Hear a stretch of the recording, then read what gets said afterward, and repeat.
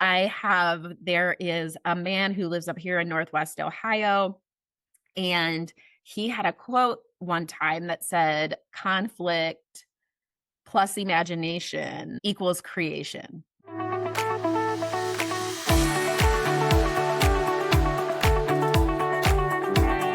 Hi, everybody. Welcome to this latest installment of the Nick Speaks podcast, the podcast dedicated to the disabled community where we speak up, speak out, and speak loud about the issues that matter to the disabled the most. I'm your host, Nick Comstock. You guys, I'm so glad you're joining me here on this Tuesday. I've got an amazing guest as always, but before we get to her, I want to take a moment to thank our sponsor here at Nick Speaks, Restorative Massage and Wellness Studio. You guys, are you feeling stressed? Are you feeling tired? Or do you just want to be a little bit bougie? I like to be a little bit bougie. But, our wonderful sponsor at Restorative Massage and Wellness Studio has given the wonderful listeners and viewers of Nick Speaks a wonderful deal. If you sign up online and you use the code Speak Up, you get 20% off of your visit. How great is that? And with the holidays coming up and having to see all of our stressful family members, who doesn't need a good massage? So take time today and go sign up for your massage at Restorative Massage and Wellness Studio. Get that 20% off by using the code Speak Up at checkout. Now that we got through that advertisement, I want to say welcome back to one of my former guests. This was one of the most fun episodes we've done the last time she was here. We unfortunately don't have margaritas like we said we were going to last time, but we're going to pretend. Would you please help me welcome back to the program with great love, Sarah Davies. Sarah, how are you? I am great. How are you? I'm doing awesome. Other than also being sad that we didn't actually get margaritas. It's okay. Yeah. I have coffee, and some days coffee is more important than margaritas. So Yes, we're all good. it's just as important as margaritas, but I don't know if coffee is as much fun. You know what? We're not going to edit this out. Hey Siri, turn on Do Not Disturb. I turned Do Not Disturb on. I totally forgot to do that. Alexa, turn on Do Not Disturb. I won't disturb you. I hope I didn't set off everybody else's, but I totally forgot to put my devices on Do Not Disturb. And there's no reason to edit that out because it's real, right? So It's real. We believe in real life around here. So, Sarah, I'm so glad to have you back. And the reason that you are back is you reached out to me and said, Nick, my boy, you never really say that. I'm just adding flavor. Nick, my boy, I've got a new business and I want to come on and talk about it because it has to do with people with disabilities and county boards and crabby parents who deal with county boards. And so, can I come on and talk about it? And I said, girl, come on. You were one of the funnest guests I've ever had. So, come on back. So, why don't you tell everybody what you've been up to since we last saw you?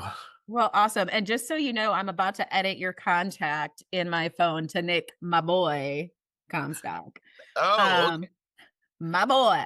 But yeah, well, thanks for having me. You were one of the first people I really thought of because one, we did have such a fun time. And if there's anything I love in life, it's being able to have some joy while you're out doing your things. So thank you for allowing me to come back on. But yeah, I wanted to connect with you really quickly because I think a lot about a lot of the things that you do through your podcast, you do in your personal life, really speak to what I'm trying to do with my life. So I had a career change suddenly, gasp. But it allowed me the opportunity to kind of do what I love to do. So I think it was just a huge catalyst and blessing for me in my life. So I recently started my own business, Davies Advocacy and Consulting. I really wanted like a more fun name, but I don't know that any of the names I thought of were really marketable because that's not really my strong suit, the whole marketing thing. Um, but yeah, so Give you an idea. uh I could give you an idea. What what's about the idea? Davies with sass? Davies with sass. Yeah, I don't know if that would go too well. But I was trying to be semi-professional. Like people are like, "Oh, she's a professional," and then they meet me and they're like, "Oh, this lady. Okay. All right." And I do such a good job selling myself. Gosh. But anyways, so yes. So as we talked a lot about on our last podcast, I am a parent of 5 children, my oldest having multiple disabilities. But I've also worked in many different areas of the service system here in Ohio, and in other states as well. And so, something that I always see is just for all of us to we're all supposed to work together, right? Like the systems were created so that people with disabilities can have better lives, pursue their dreams, be supported in the ways they need to be supported. But what I have seen across my career and continue to see today is just we're all kind of at odds with each other a lot of the time, and that doesn't benefit anyone. So what I really want to focus on is one, helping parents, families, people with disabilities understand the services that are offered and have like a good grasp on that knowledge. But also teams and professionals working together better, and communicating better, having empathy, understanding, and being willing to have difficult conversations in a way that is productive and not just, oh, this county board did this, or oh, this provider did this, or oh my God, this parent, this mother is wrong and too much, you know? How do we get to the point where we're having good conversations that can create new possibilities? yeah, because that is a perfect idea, and it's a perfect idea for you because all joking aside, you are full of sass, you're full of spice, and I think a lot of these parents are. Um, and some of these parents are like, oh, the county board wants to do evil. And, and then you've got the county board like, well, these parents just want everything handed to them on a silver platter. So you have to do something to come to the middle and say, no, your attitude is not right. And your attitude is not right. But what can we do? So, what are you hoping to, with your Davies Consulting, what are you hoping to change? Yeah, I mean, I kind of said it before, but I think the biggest thing that I really want to see change is the way we're able to communicate with each other without always getting as defensive, which is difficult, right? I think that a lot of parents, you kind of said it, like people kind of think, oh, parents just want everything handed to them. Um, if you don't understand the intricacies, I can speak. If you can't understand the way the system works, which let's be honest, I sometimes don't understand how this system works, right? This is my job. This is what I've been doing for near 25 years, right? I think I'm at 24 years right now.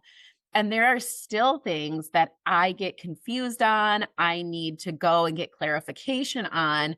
But if you can imagine not having even that base of knowledge and trying to like navigate everything, that's difficult and you are going to be confused. So I think the first step is really making sure that everyone is operating with the same knowledge base. Like that's huge. And that's a difficult thing. There isn't always time to educate everyone. Um, people are busy doing their jobs. There's a lot going on with the Medicaid systems right now. There's just a lot going on in our world. And so it doesn't need to fall on just one person, but how do we get our teams working correctly? And then just general distrust of everyone. A person who I admire and respect, he talks a lot about assuming good intent. And we're all really skeptical. And we come in thinking, oh, this person's trying to fleece the system, or this person doesn't want to do what they need to do, like all these assumptions. And we're assuming ill intent. And we can't operate that way. And we're also afraid to disagree. Um, there is a man who lives up here in Northwest Ohio, and he had a quote one time that said, conflict plus imagination equals creation, right? So we shy away from those hard conversations, or we do them in a way that puts the other person on the defense, right? Like they're just like, no, no, no, no, that's not me. That's not what this is. Instead of taking that opportunity to really use conflict, to use what's going on, and to add a little spice, a little sprinkle of imagination in there, and use that as a catalyst to really create change and create something new. Um, I'm a big believer in unity, in working together, and we don't always there's this misconception out there that we all have to agree on everything in order to work together. And I would really challenge that and say, we don't. I don't have to agree. I don't believe the same as you do, Nick. Like on some things, I'm sure that doesn't mean we can't work together and align in those situations where we're able to align and work together.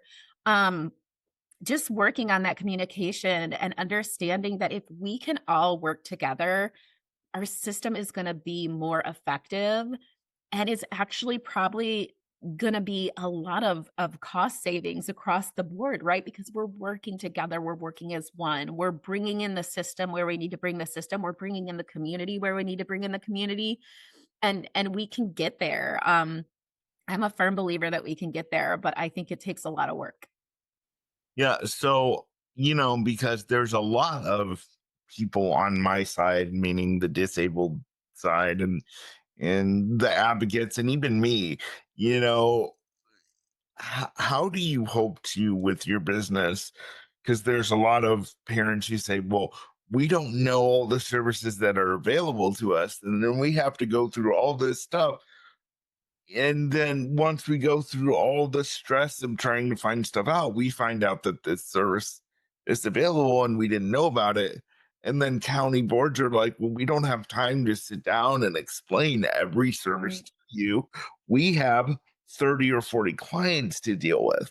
So, how are you going to bring the county board and parents together to try to get that communication so that parents can know, hey, these are the services that are available to you. You don't have to dig and find them, they're right here. Yeah. And I think that does, it really takes, I think it takes all of us, right? I think it takes one, the desire to learn. If you are a person with disabilities, if you are a parent of a person with disability, um, you have to have a desire to learn and to understand what you're asking for, right? A lot of us are overwhelmed. It's a lot of work, right? I sometimes feel like I have two full-time jobs, one navigating the system and one actually having an income, right? Um, and so it does. We need a desire to learn, but we also need to be able to kind of restructure how we're going in to people's homes. I was an SSA before, and it is a big workload, right? There's a million assessments. There's this person needs this, that person needs that. And so to keep up on changing services or new services, that is really difficult, and it takes, it takes commitment. But I think one of the things that we can really do is and person-centered, I have a love-hate relationship with the term person-centered, right? Because I feel like they're like, "No, we had a meeting, it was so person-centered, we're so great, all our ISPs are person-centered." Um, but, like, the truth of it is that there's been times where I've looked at ISPs and, yeah, they had the meeting with the person, but I don't see the person reflected in that, right? And I don't think that's any one person's fault. I think that we're all just doing our best to make it work.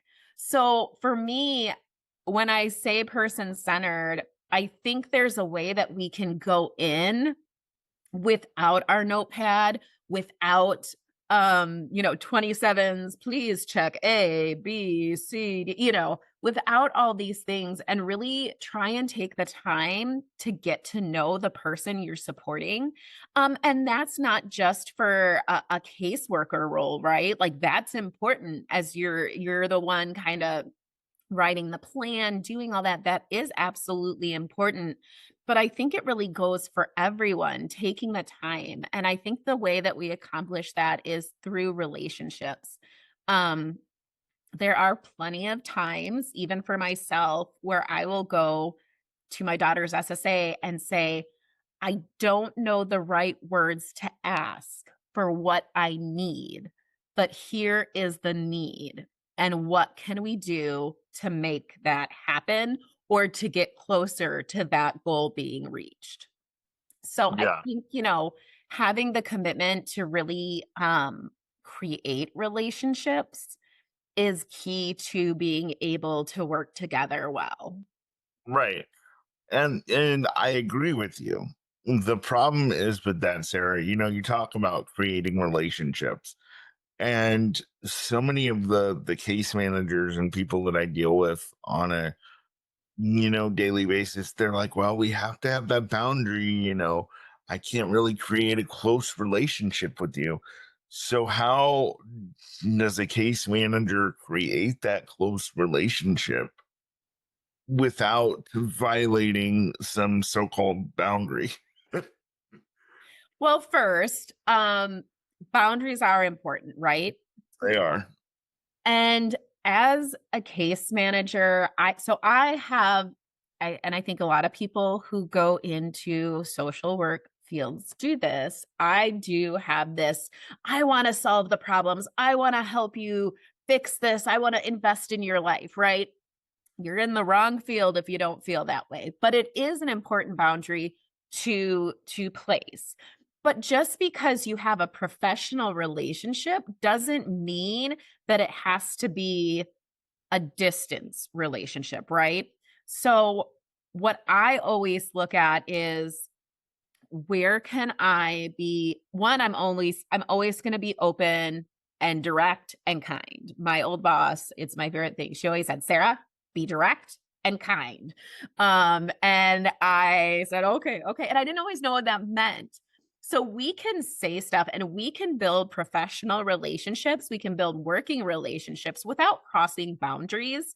It's just being able to still be your authentic self, your real self, in those meetings, right? It doesn't mean like, "Oh, I know. Okay, okay, caseworker, I need to tell you about this date I went on 2 days ago. Hold on. Let me da, da, da," it can be it's not less of a relationship because it's a professional relationship, I guess is what I'm trying to say. And there's Right. a difference between those 2 things. Um, but it's still any relationship takes work from both sides, right? Yeah. You can't say, "Oh, we're in a relationship, but I never talk to them and I never, engage with them," or any of that stuff. And I think there's a healthy way that we can maintain relationships. Absolutely. Absolutely. 100%. And I like what you're saying about, you went to your SSA and you said, how do we figure this out? Because I've experienced a lot of different SSAs, and a lot of them, they just like to say, no, we can't do that without no, we can't do that, period, without saying, let me try to figure this out. I know this is accurate, because then I'll email. What I'll do is I'll email higher up the chain, and they'll be like, what the hell is your case manager talking about? Yes, you can do this. So how do you hope to improve that to where one person's saying, yes, this can happen. No, this can't happen. Because a lot of times it feels like the right hand doesn't know what the left hand is doing. So how can we change that? Yeah. Well, and the really interesting thing about Ohio, one of the cool things is that um, there's 88 counties in Ohio. So there's about 88 different ways of doing one thing, right? Like we all have different ways of doing it. There are different cultures. So I mean, what I always encourage is, burnout's real. Burnout is really real. And especially for people working in this field, there's a lot of burnout and there's a lot of sometimes it's easier to just say no than open a big can of worms. But what happens then, right, is you have the yous and the me's of the world are like, nope, don't accept that answer. Who do I go to next? Right. Which Yep. is absolutely within your right to do. Keep digging, stay curious, right? But I think what's really important is one, for me as a mom, because my I work mostly with my child's SSA because I'm her mom, she's still a child, is to be able to have that understanding of what that person is doing, right? And maybe a little grace that people aren't going to always have the answers. So what I would encourage, the caseworkers to do any of that is before just saying no, taking a breath and, say, we got to check on it. We got to see what we can do. Right. And that doesn't mean that everything that you want added is going to be added. There are certain requirements, right? There are rules. These are Medicaid dollars. You have to comply with Medicaid rules in order to get Medicaid dollars. As much as I am like, woo, give them the money, go live your life, right? Like I would love that. I'm a crazy hippie. Yeah. I also understand that when you're using public dollars, you are held to those standards. And I don't always feel like the people utilizing those funds get that. And I've worked in jobs where I'm saying I have to tell people, "Hey, I need A, B, and C so that we're in compliance." And they're like, "Why would I give that to you?"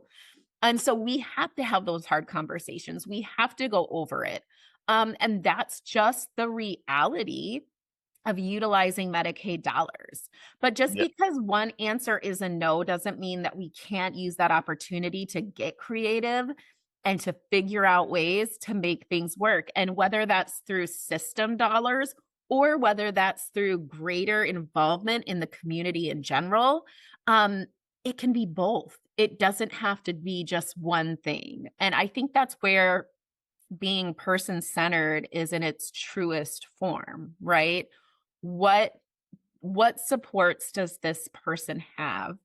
If their only supports are within the system, to me, that's not okay because we need everyone. We talked about interdependence, right? Before when I was on, Yes. we need interdependence and community around us.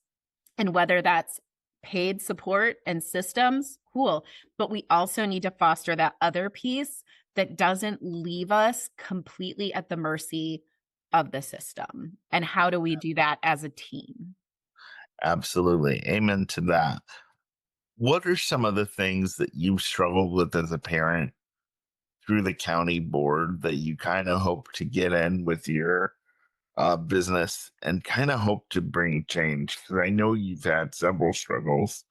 You have a daughter that seems to have 10 million different disabilities, unfortunately. Overachiever. Yes. And so what are the things, what are a couple of things that you said, if I have the ability to make change, this is what I would do? And Just talk about that a little bit. Yeah, there were times, and I do have to, I do want to make sure I preface this in the fact that I have a very good relationship with the county board that my daughter, works with, that I work with. Um, but it is a very alienating, it is a very isolating thing. Um, as a parent to reach out for support when you don't really even know what you're asking for, right? So, something I always would hope improves, and especially as a parent of a young child. Not every county boards have SSAs that work with children if they don't have waivers. Not everyone has great like community inclusion departments. Like, right, we have to work towards that in what we offer, but it was very difficult for me. It was very isolating, and it actually made me feel very inadequate when I had to ask for help, when I had to realize, hey, maybe I'm not enough on my own to support my child. And that is a very humbling experience. Um, and I think that we associate a lot of shame with that. Like, I think people internalize that a lot. So for me, one of the things that I would hope would be like a warm welcome. "Oh my gosh, you called the right place. I can't wait." Like, "Give me some energy," like, "I already feel like garbage. How do we improve that?" Like, "Hey, you're at the right place. I don't know what's gonna happen, but here we are together," right? How do we make that happen?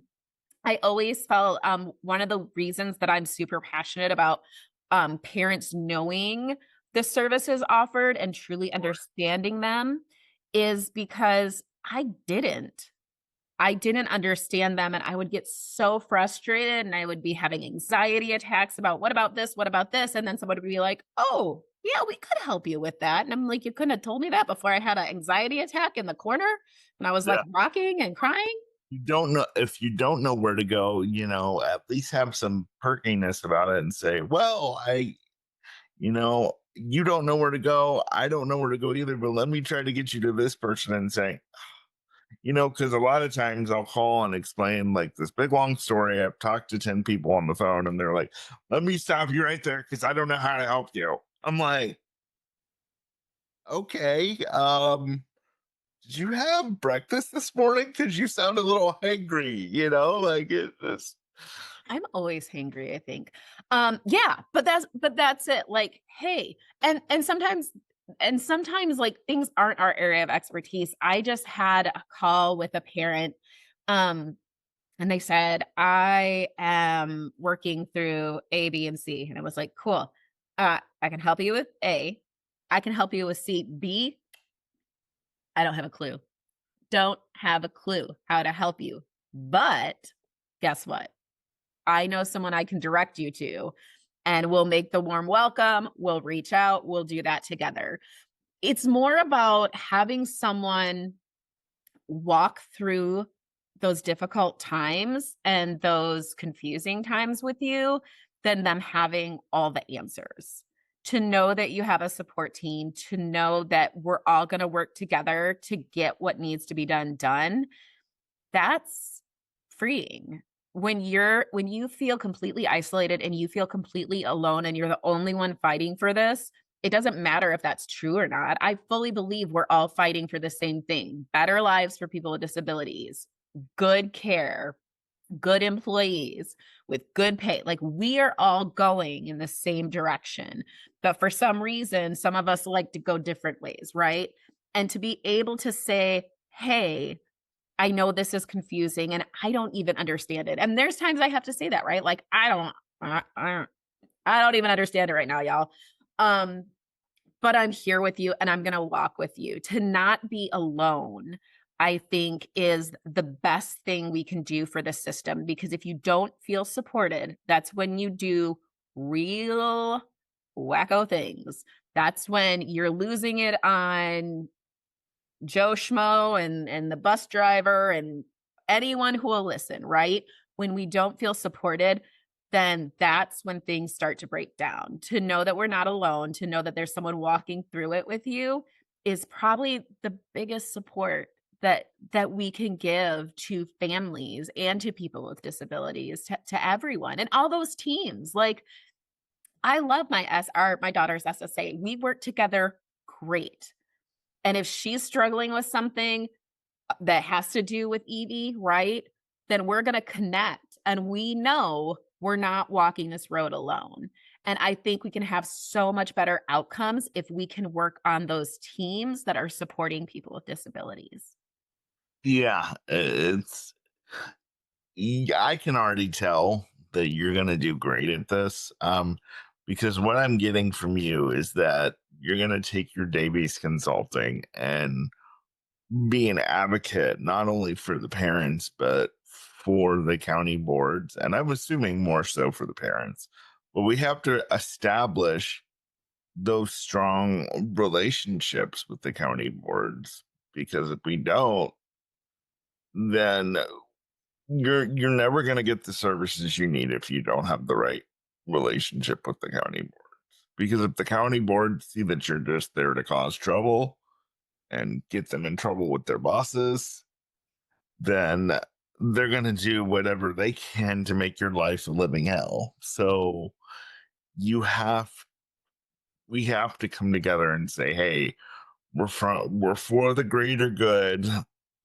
Let's get out of each other's throats and let's make this work for the person that we're really here for. Yeah, because discord on teams can be more more harmful, right, to that person, than a lot of other things. And our system spends a lot of time on energy on health and safety. And I'm not saying that's not important, but I think emotional health and safety is also really, really important. And how do we make that work? And as someone who, when they worked at a county board, did spend a lot of time in trouble with her bosses. I didn't do anything bad. I just had a lot of big ideas and feelings, okay? That's never our goal, right? That's never. I'm not out to be like, "Haha, gotcha, sucker." I'm out to say, we have a breakdown. We have a relationship breakdown here. How do we solve that? How do we heal that? How do we create understanding and empathy and productive, creative forming conflict? Like I said, I'm fine. There are so many times that I'm like, yeah, we got to have some conflict over this. Okay. It doesn't mean I'm like putting on my fighting gloves, taking out my earrings, putting my hair in a pony. Right. But it does mean that I'm comfortable having hard conversations and disagreeing if we can both take a minute to understand where the other one is coming from Right. and then agree on a plan forward from that. People think conflict and that it ends. Conflict isn't the end. Conflict is actually a really great beginning to a lot of positive results. And we need to be able to get through that without being overly defensive, without being overly aggressive. We need to be able to do that in ways that are creative in the end. I hope nobody's eating breakfast or dinner while I say this. If you are, put your food down or go away and come back. Conflict is like launching a really big boil. You know, you Ah. Okay, no, I'm following this. I'm here for this analogy, Nick. Let's go. you have to. I mean, because then once you get into that conflict and you let out all the anger, sort of the pus between the case manager and the parent. Well, I don't like you because you're the blah, blah. Sometimes that needs to happen, and then we can take a big breath and say, "Oh, look, we've nursed the wound. The boil is shrinking." Now we can really fix the issue. So how do you plan to launch the bureaucracy boil, sort of, between parents and Well, so far, so I have been working with a couple different provider agencies. I feel like that's a really great place to start too, as much as, maybe you struggle with the relationship with like the case management entity. There are a lot of issues, not issues, but there are a lot of misunderstandings between providers and families, right? Between providers and county boards, between county boards and DODD. Like we all need to go to family therapy. Is I have said that for ages. I will continue to say that. We all need to go to family therapy, sit on a couch, cry a little, and move forward. So I've been working with frontline managers, supervisors, everyone in the agencies to kind of talk about the parent experience, using my story, right? Like I'm very open with the things that I have encountered, the things I have felt, the things I've internalized, and just sharing the things I've thought about other people before, right? Maybe the not so great things that I have said to people or thought about people because I thought I knew it all. And as I've kind of gone through my career, I've been very lucky to get to have different roles within the system. And every time I move forward, I'm like, "Ugh, I wish I would have known that before. I wouldn't have been such a jackass, you know? Like every time I move forward, I feel like I have like this new piece of information. So if we can get those relationships going, and it doesn't mean I was just talking about this earlier, I do a lot of work in trauma informed care, and there's a thing called the trauma informed biographical timeline. Say that 3 times fast with a margarita. Um, Really? but what it does is it really shows different traumas in people's lives that result in what we deem as behaviors. I would call them coping mechanisms or communication, right? But it shows you the things that happened in a person's life that caused this reaction. Right. And one of the things they teach you is that understanding where people are coming from or what made them react in a certain way is an explanation, not an excuse. And that always resonates with me because people be like, "Oh, they did something that was mean. Why do you need to know why they did it?" Because it gives us an explanation, and it gives us the ability to address what's going on because we know the reasons. It doesn't mean we excuse terrible behavior. It doesn't mean that we excuse hurtful words. But what it does do is gives us a framework for understanding and being person-centered and how we're communicating to those needs. So I'm very big on I like I like it explained to me. Even if you're sitting across from me and you're like, "Sarah, the you are so wrong. You are so wrong. You're full of shit, blah blah blah." Like I I would still say, "Can you explain to me why you feel that way?" Right? I want to understand.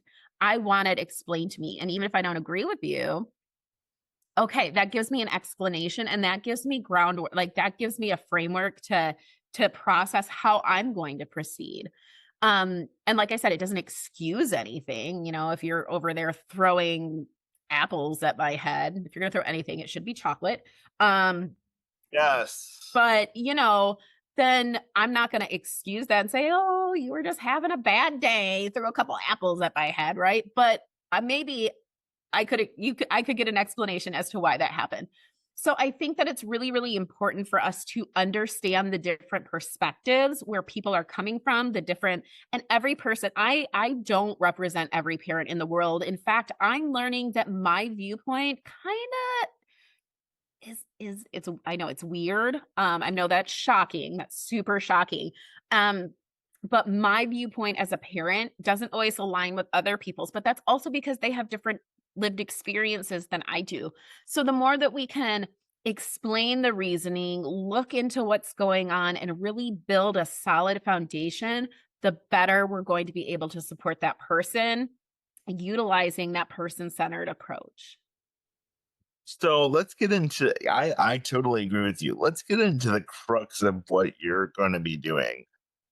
So are you going to be doing like are you going to go into agencies, be talking to staff? I know you have a thing coming up on the 18th. Are you going to be going into ISP meetings with parents? Are you promoting advocacy services? Are you going to be an advocate for families? What's the crux of Davies Consulting? I hope I'm saying your business name right because I've said it like 20 times. Advocacy and consult. It's fine. Just be like, the thing you're doing, Sarah. What is it? Get to the point. Can I say all of the above? So I am available if parents are struggling with anything. I am available to work with them one-on-one. I am, if I can make it work. I mean, I can't be everywhere at once, but if I can make it work and you need support, or if you just want to say like, hey, can we reach out and have this person work with our individual teams? I'm more than happy to do that. When it is, I feel like what is happening currently within the system and the relationships in the system is somewhat of a systematic issue that I think that we can address. So working with agencies, working with county boards, working, with families is really what I want to do. And I just really want to empower people to be able, you know, to get the support they need, to get what they need, to live their the best lives, right? Better lives, their best lives, whatever. But also I think I would be seriously, seriously missing the mark if we didn't, also, I'm also always going to include or promote people building non-system relationships as well, because the system cannot do it all. Um, I once heard someone say that our systems are actually counterfeit communities. And when you really think about that, there's so many people with disabilities who the only interactions they have are with paid supports or with systems people, right? We need both. We can't operate in just one of those things. We need true, real community as well. So I would never ever say, I don't think the system, the DD system holds the answer to everything. I think there are people out there with the answers that we have yet to meet. But I do know that if we don't address some systematic issues and the way our relationships work, the trust, the working together, that we really won't get far. And we're actually, it hinders when those relationships aren't working the way they're meant to. It hinders that person we're trying to support. And I think if any of us in this field can agree on anything, it's that we don't want to be barriers to people's lives. We want to be able to support them. And I think we have to take a real good, hard look at how we're doing that, on a personal level and in a whole systems level. Yeah, I really love what you're saying. And you've said it a couple different times, and it's just clicked in my brain. Probably because I'm a man and I process things slowly. Uh, so I'll just say that for all the women, and you can go, yes, that's right. Blah, blah, blah." So you said it, not me. I don't send all your hate mail to Nick. No. Yes. Nick speaks official at gmail.com, accepting hate mail. And not really. I'll just delete it. After I have Siri read it. Because you know what? You think reading an email just by yourself is bad? Try having Siri read it. Oh my gosh. I would just give her like a funny voice, like find like the silliest voice possible to read hate mail. That's what I would do. Because if you just have normal Siri read your hate mail, it's like the person telling you themselves. It's like, damn, bitch, really? Okay. Like, I get the point. I'm so sorry. Anyway, that was a side note, but always trying to bring a little laughter here to Nick Speaks. But I love what you said about having systems outside, because that is so frustrating. And it's so true, because we have a fake system in the regard of, okay, make your clients feel loved, make your clients feel important. but don't buy them anything. Don't get too close. But wait a minute, we see these people 24 hours a day. What do you want us to do? Mhm. I tell people all the time, once you take off my clothes and wipe my butt, any boundaries that you thought we had, any boundaries that you thought we had are gone. We're going for a beer. We're going for, and I've never done that with any of my staff. I've never went and had a beer with them on the clock or off the clock, just in case my castrated juror is wondering, because I know you listen. Uh, But this is why it's so important to have churches and schools and other nonprofit organizations that are not county boards and other organizations that don't have the same boundary rules as county boards. That's why it's so important to have other people volunteer, at county boards and different events, because those volunteers aren't held down by the same boundaries. Mhm. And I crave friends that aren't paid, just simply because, do you want to know how many offices I've been called into that say, Nick, you can't do this because they're your caregiver, and you got to keep that boundary. I'm like, what are you talking about? They're in my home. We go out to dinner. I know you guys are really close, but you got to maintain this. And I'm like, what are you talking about? So it really is important to have a church community, or if you're not religious, God forbid, a school community somewhere where you can say, this is not a paid friend. We can go have this. Mhm. Real. This is legitimate. So yeah, I know it took a long time to get there, but yeah. Mm, No, I mean, and that's so true. And no one should make, and I think that's like it's a tricky part about people who do provide support, right? Like who are direct support professionals or caregivers, direct care workers, whatever you want to call them. Um that is really hard. And so it's a difficult thing, but I think the best thing that paid staff can do, it doesn't mean you're like, "Oh, I will never be kind to you," or "I don't want you to get the wrong idea that we're like best friends," right? But I think that you can show, I value you as a human. I think you're a cool human. I think that there's a way to navigate those things, but it is like you said, if someone's in there helping me shower 20 times a day, I do. Like what? You all know way more about me than I wanted anyone to ever know about me. Thank you very much. Um, so I think there can be it's a difficult job in navigating those emotions. And it doesn't mean you say, "Hey, we're not friends." Like I don't ever mean that. Like you want people to treat you as a human, as, as someone with value, absolutely 100% in a dignified way.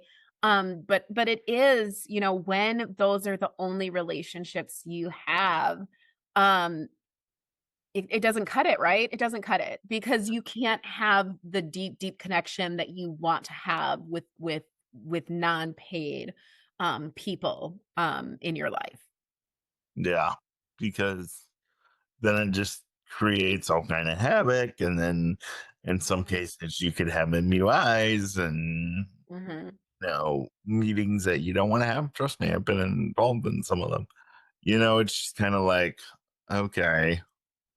So, because then if a client gets in trouble for something that they did, or maybe a caregiver did, and they're called into a meeting, I know for me, a lot of people with disabilities struggle with abandonment. So now it's like, oh, I was yelled at, by a group of people that I think are my friends.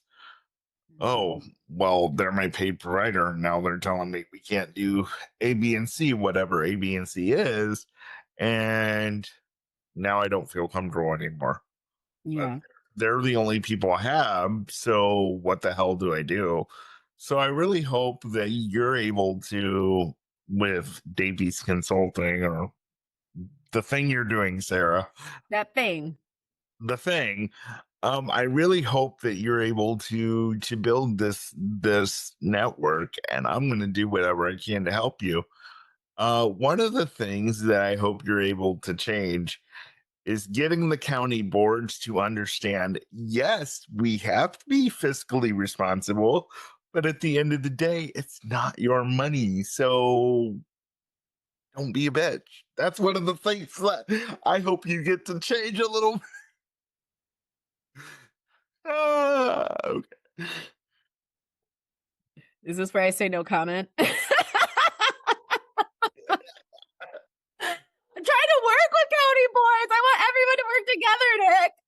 Yeah, wow. Well, when you just sit there with the stare, you're like, oh, I know what you're talking about, but I can't really say anything. So yeah, we'll leave no comment, but the laughter was great. So that'll be a great. Well, let me throw this out there, is that it is a really hard time for anyone in a field or career or receiving supports through Medicaid funded dollars. And it is a time of uncertainty. And it is just, I think everyone is trying to navigate that as best they can. But I do get your frustration, because I have sought support for my daughter before, and they're like, oh, it's this agency's responsibility, or it's this person's responsibility, it's the school's responsibility, it's the parent, like, and I'm just like, I don't care whose responsibility it is, make it happen. I feel that, and I completely empathize with that. We have all been there. And I think, again, that just comes back to, how do we have those conversations without, without too much disunity? We can have conflict, we can have confrontation, but how do we have those conversations and, again, seek for creative solutions at the end? How can we be fiscally responsible, case manager? I know you're listening. I love you. How can we be fiscally? My case manager is going to call me after this, because he called me after one of the last ones and was like, "Let me explain." And I was like, "Please explain." Um, so I love you. My case manager and I share the same birthday, so Okay. yeah. So It's because you're the same sign. I don't know too much about that. You're the same sign. You're probably too much alike. yes, and I adore him. So, how can we be fiscally responsible? How do you think we can be fiscally responsible with county funds while still getting the services, not that just we need, but the ones that we deserve? Because I feel like, not my case manager, but I feel like some case managers feel like some things that disability folks need are a luxury and they're not really needed, but they're not, such as safe transportation or care.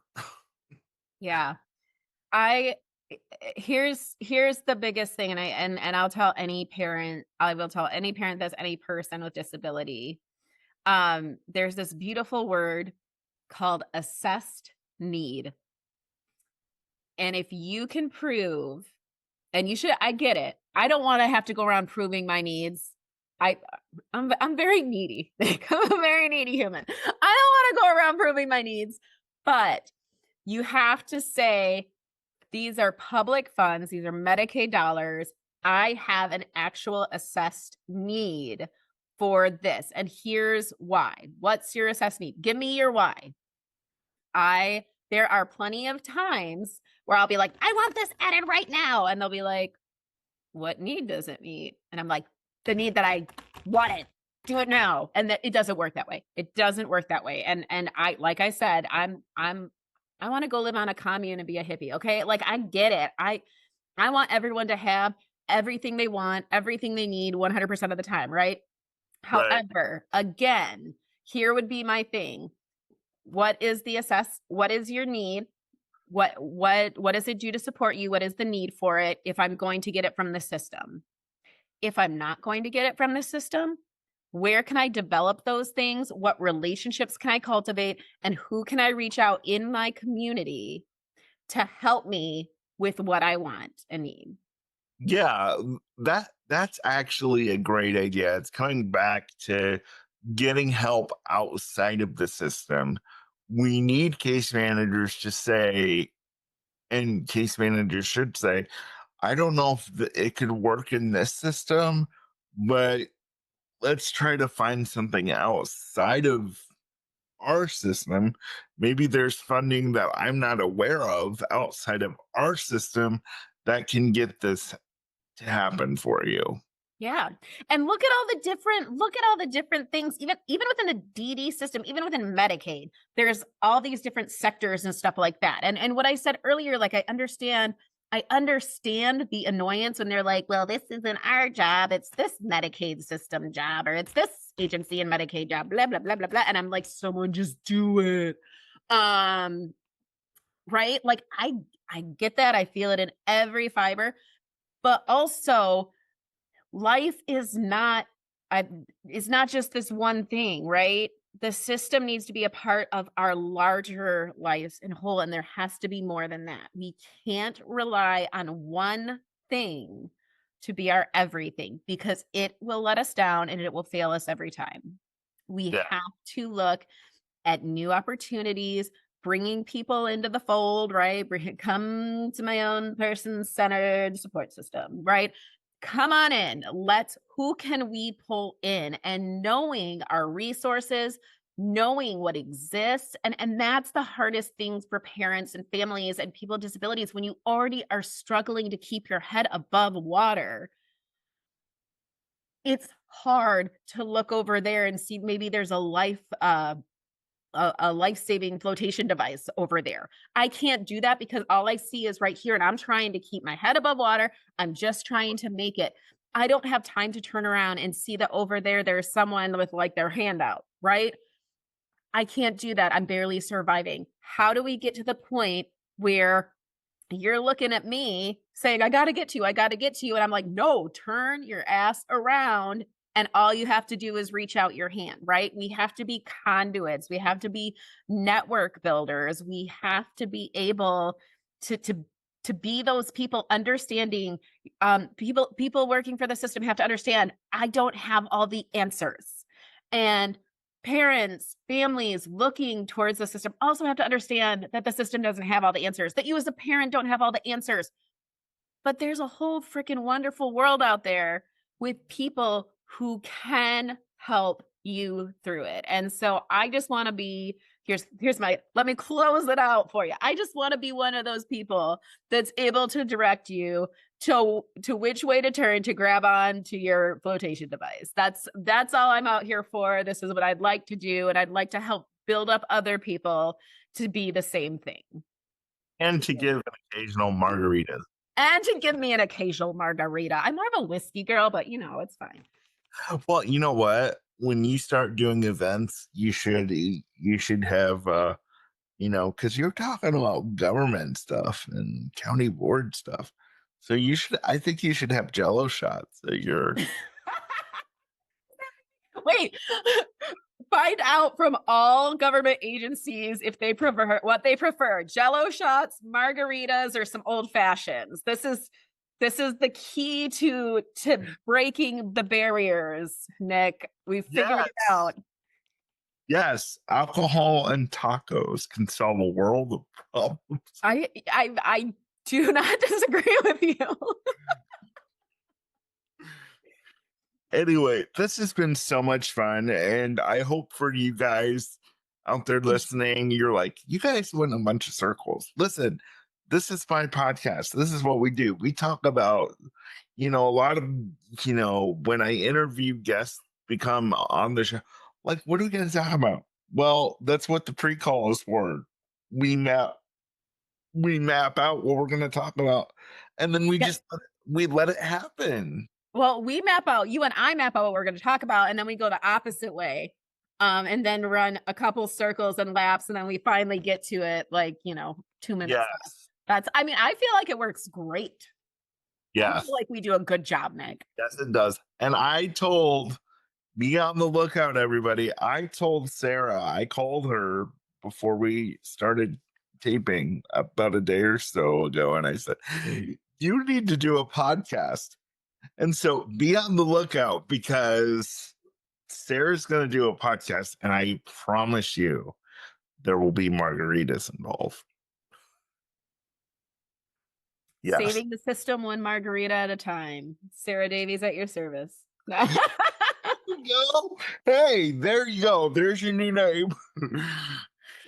Oh, well, Nick, thank you. Thank you. Thank you. I'm always so grateful to be able to be a guest. I really appreciate it. Oh, no problem. You guys check this woman out. Well, not really like that, but check her business out. It's going to be in all 88 counties. I'm going to be in my chair rolling down to Northwest Ohio, coming to see you soon because we need some tacos and some margaritas. Okay, enough talk about that. But thank you guys for joining me. Sarah's been awesome. And if you're listening to this and you're in Ohio, I know the entire system listens to my podcast. So hire Sarah so she can go tell you guys what you're doing wrong. And Don't say it like that. Gosh almighty, Nick. no, I'm just kidding. Hire Sarah so we can get all communication and love and unity. There you go. There you go. That's better. Group hugs for all. Unless you don't like hugs. I will get your consent first. Hugs and unity and love for all and margaritas and tacos. And so thank you for joining me today. And also thank you to our incredible sponsor for sponsoring my messy podcast, Restorative Massage and Wellness Studio. Remember, you guys can get 20% off when you use the code at checkout online. Speak up. The holidays are coming up. I know you're going to need it to deal with those stressful, pesky family members. So go get your massage at Restorative Massage and Wellness Studio today. Use the checkout code Speak Up at checkout. And this is the Nick Speaks podcast, the podcast dedicated to the disabled community where we speak up, speak out, and speak loud about the issues that matter to the disabled the most. I'm your host, Nick Comstock, and I will see you guys next week. Bye-bye.